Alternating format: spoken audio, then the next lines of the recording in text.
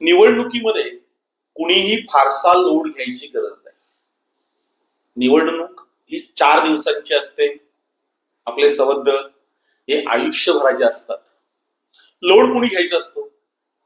ज्यांची घरं ही राजकारणावर चालतात, म्हणजे राजकारण केल्याशिवाय ज्यांची पोटं भरू शकत नाहीत, लोकप्रतिनिधींची दलाली केल्याशिवाय किंवा प्रत्येक कामामध्ये टक्केवारी घेतल्याशिवाय ज्यांचं घर चालत नाही, अशा लोकांनी निवडणुकांचा लोड घेतला तर एक वेळ आपण समजू शकतो.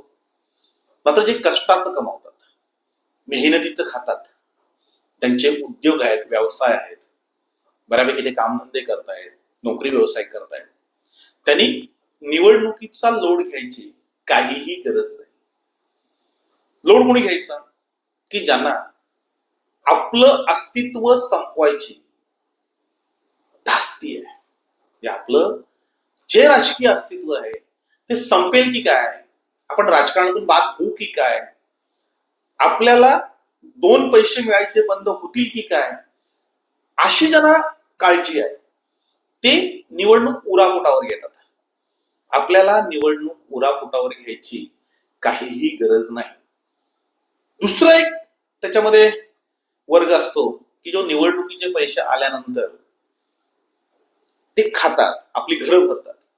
ती लोक सातत्याने निवडणूक आपल्या हातात ठेवण्याचा प्रयत्न करतात, म्हणजे आपल्या हातातून काही जाऊ नये म्हणून ते दिवस रात्र पक्षाच्या नेत्यांच्या मागे फिरतात, कार्यकर्त्यांना नेहमीच मिसगाईड करण्याचा प्रयत्न करतात, बऱ्याच गोष्टी ते करत असतात. जणू काही निवडणूक ही आपणच लढतोय आणि आपल्याच हातात आहे असं ते दाखवण्याचा प्रयत्न करतात.